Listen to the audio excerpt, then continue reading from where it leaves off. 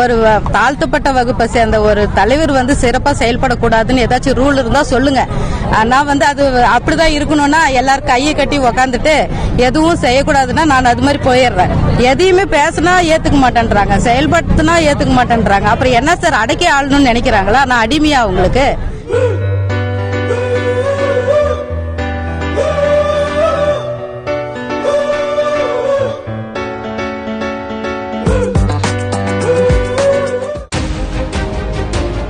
தருமபுரி மாவட்டம் மொரப்பூர் ஊராட்சியில் நடந்து முடிந்த பணிகளுக்கான நிதியை பெறுவதற்கு துணைத் தலைவர் ஒத்துழைப்பு அளிக்க மறுப்பதாக கூறி ஊராட்சி மன்ற தலைவி உமாராணி கோப்புகளுடன் திடீர் சாலை மறியலில் ஈடுபட்டார். தாம் பட்டியலினத்தைச் சேர்ந்தவர் என்பதால் துணைத் தலைவர் வினோதா ராஜா உரிய ஒத்துழைப்பு அளிக்க மறுப்பதாகவும் இதனால் 3 ஆண்டுகளாக கோப்புகள் கையொப்பமிடாமல் உள்ளதாகவும் அவர் கூறினார்.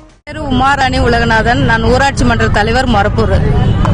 வைஸ் பிரசிடென்ட் வந்து நான் செஞ்ச வேலையில எதுலயுமே கையெழுத்து போடுறதில்ல. இது கிட்டத்தட்ட 3 வருஷமா நடக்குது. நானும் வீடியோல இருந்து ஏடி பஞ்சாயத்துல இருந்து கலெக்டர் வரைக்கும் எல்லார்கிட்டையும் போய் என்னுடைய பிரச்சனையை சொல்லிட்டு யாருமே எந்த தீர்வும் கொடுக்காதனால நான் ஹைகோர்ட்டுக்கு போயிட்டேன். ஹைகோர்ட்டுக்கு போய் 3 டைம் ஜட்ஜ்மெண்ட் வாங்கி கொடுத்தோம். மாவட்ட நிர்வாகம் வந்து எனக்கு ஆர்டர் போட மாட்டேன்றாங்க.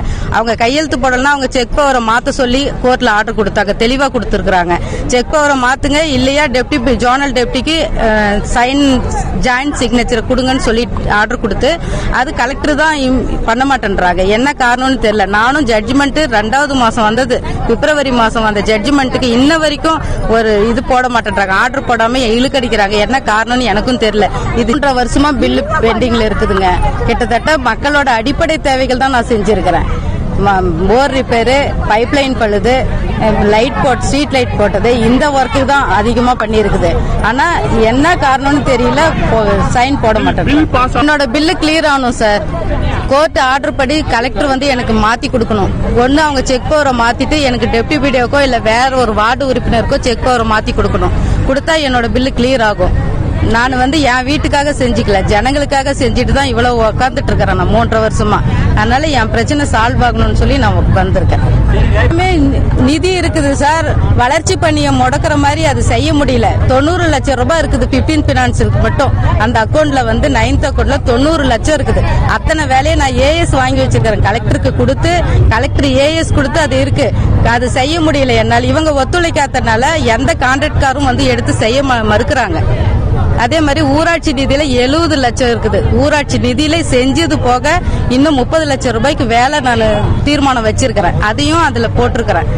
அதை நான் செய்யணும்னா எனக்கு ஏதாச்சும் ஒண்ணு இவங்க ஒண்ணு பில்லை கிளியர் பண்ணா நான் அடுத்தடுத்த வேலையை செய்வேன். பில்லு கிளியர் ஆகாதனால அப்படியே நிக்குது. எல்லாருமே பாக்குறாங்க சார்.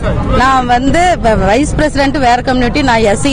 ஒரு தாழ்த்தப்பட்ட வகுப்பை சேர்ந்த ஒரு தலைவர் வந்து சிறப்பா செயல்படக்கூடாதுன்னு ஏதாச்சும் ரூல் இருந்தா சொல்லுங்க. நான் வந்து அது அப்படிதான் இருக்கணும்னா எல்லாரும் கையை கட்டி உக்காந்துட்டு எதுவும் செய்யக்கூடாதுன்னா நான் அது மாதிரி போயிடுறேன்.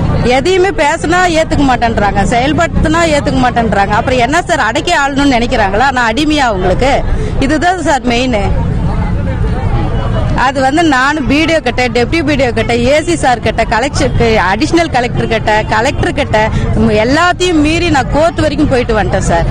எந்த தீர்வுமே கிடைக்கலன்னா நான் என்ன பண்ணட்டும்? என்னை நம்பி ஓட்டு போட்ட ஜனங்களுக்கு என்ன வந்து பணம் செகண்டரி தான் சார். எனக்கு என்னோட பேர் வேணும். நான் மீண்டும் எலெக்ஷன்ல நிக்கணும். எனக்கு பேர் வேணும். இவங்க எல்லாருமே தலைவர் என்ன செஞ்சாங்கன்ற கேள்வி வருது.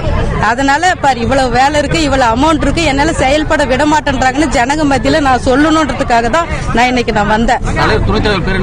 அவங்க பேர் வினோதா ராஜா.